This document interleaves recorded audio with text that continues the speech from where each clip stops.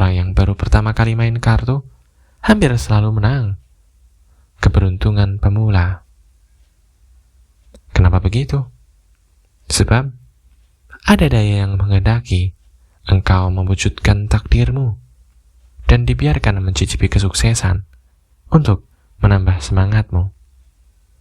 Kemudian si orang tua mulai memeriksa domba-domba itu. Dilihatnya salah seekor dombanya ternyata pincang. Si anak menjelaskan bahwa itu tidak penting, sebab domba ini justru yang paling cerdas di antara lainnya dan menghasilkan wol paling banyak. Di mana harta karun itu berada? Tanya si anak. Di Mesir, di dekat piramida-piramida. Anak itu terperanjat.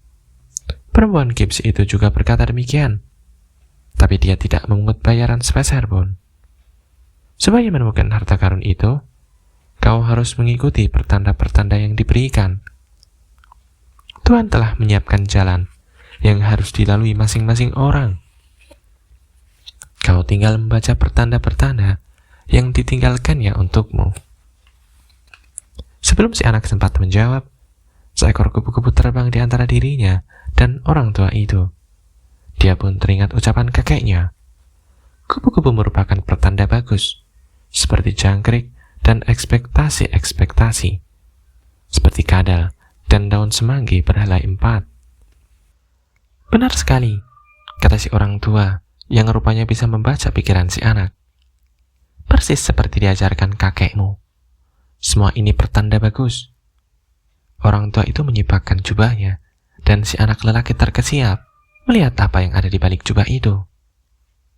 Orang tua itu mengenakan tutup dada dari emas yang berat, bertatakan batu-batu mulia. Anak itu teringat cahaya cemerlang yang menyilaukan matanya kemarin.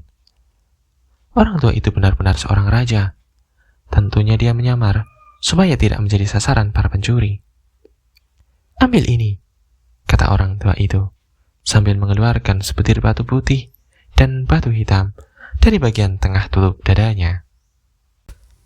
Kedua batu ini adalah Urim dan Tumim. Batu yang hitam berarti ya, dan yang putih berarti tidak. Saat kau tidak sanggup membaca pertanda-pertanda yang diberikan padamu, batu-batu ini akan membantumu mengambil keputusan. Selalu tanyakan pertanyaan yang objektif. Tapi, sedapat mungkin, cobalah mengambil keputusan sendiri. Harta karun itu ada di piramida-piramida. Kau sudah tahu itu, tapi aku terpaksa meminta bayaran 6 ekor domba, karena aku telah membantumu mengambil keputusan. Si anak lelaki menyimpan kedua butir batu itu di dalam kantongnya.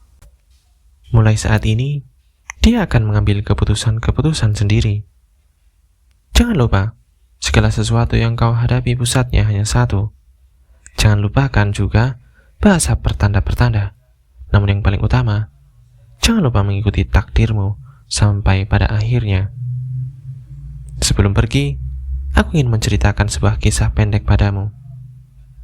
Seorang pemilik toko menyuruh anaknya pergi mencari rahasia kebahagiaan dari orang paling bijaksana di dunia.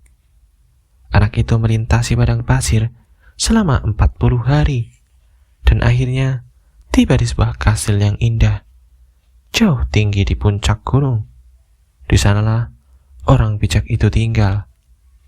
Namun ketika dia memasuki aula kastil itu, si anak muda bukannya menemukan orang bijak tersebut, melainkan melihat kesibukan besar di dalamnya. Para pedagang berlalu lalang, orang-orang bercakap-cakap di sudut-sudut, dan orkestra kecil sedang memainkan musik lembut.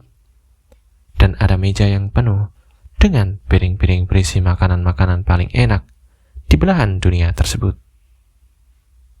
Si orang bijak berbicara dengan setiap orang, dan anak muda itu harus menunggu selama 2 jam. Setelah itu, barulah tiba gilirannya.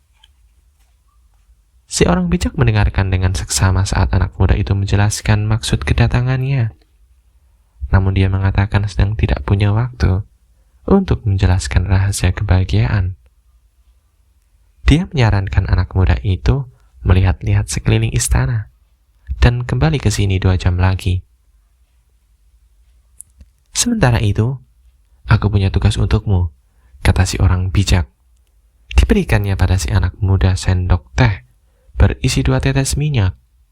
Sambil kau berjalan-jalan, bawa sendok ini, tapi jangan sampai minyaknya tumpah. Anak muda itu pun mulai berkeliling-keliling, naik turun sekian banyak tangga istana, sambil matanya tertuju pada sendok yang dibawanya. Setelah 2 jam, dia kembali ke ruangan tempat orang bijak itu berada. Kita lanjutkan esok malam.